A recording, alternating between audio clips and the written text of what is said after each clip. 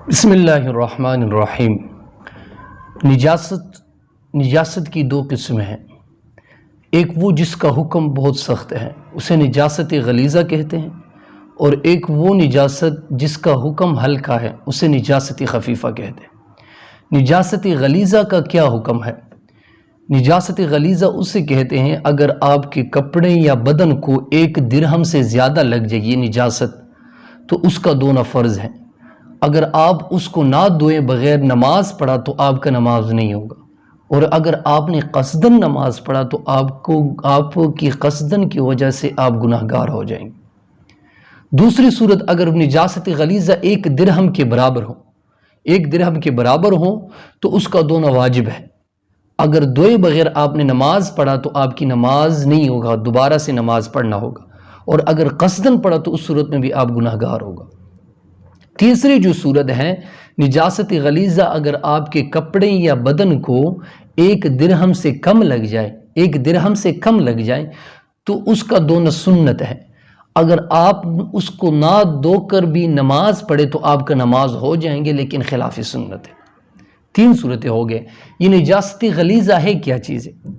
نجاست غلیظہ مطلب آدمی کا جو فضلہ ہے یہ بھی نجاست غلیظہ ہے، پیشاب یہ بھی نجاست غلیظہ ہے، اور منی جو ہے یہ بھی نجاست غلیظہ ہے۔ جانوروں کا جو گوبر ہے یہ اور حرام جانوروں کا پیشاب، یہ دونوں یہ نجاست غلیظہ میں شامل ہے، اور انسان اور جانور کا بہتا ہوا خون یہ بھی نجاست غلیظہ میں شامل ہے، اور شراب ہو گیا، اور مرغی اور بطخ کا بیٹ جو ہے یہ بھی نجاست غلیظہ ہے۔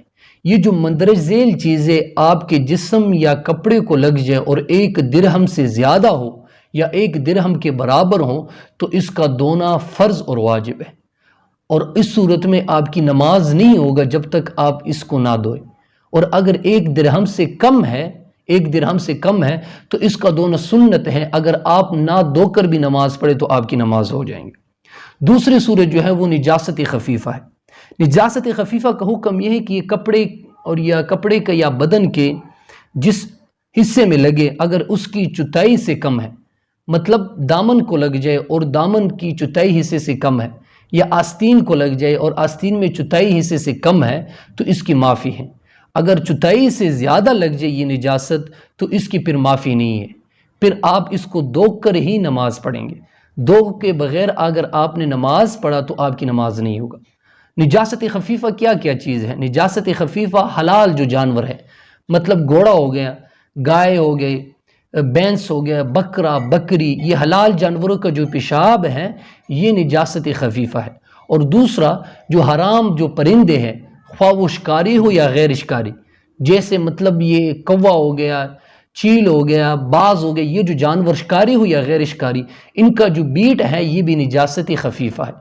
اگر یہ آپ کے کپڑے یا بدن کو لگ جائے اور چوتھائی حصے سے زیادہ ہو تو پھر اس کا دھونا ضروری ہے، اور اگر چوتھائی حصے سے کم ہے پھر اس کو دھوئے بغیر بھی اگر آپ نماز پڑھے تو آپ کی نماز ہو جائیں گے۔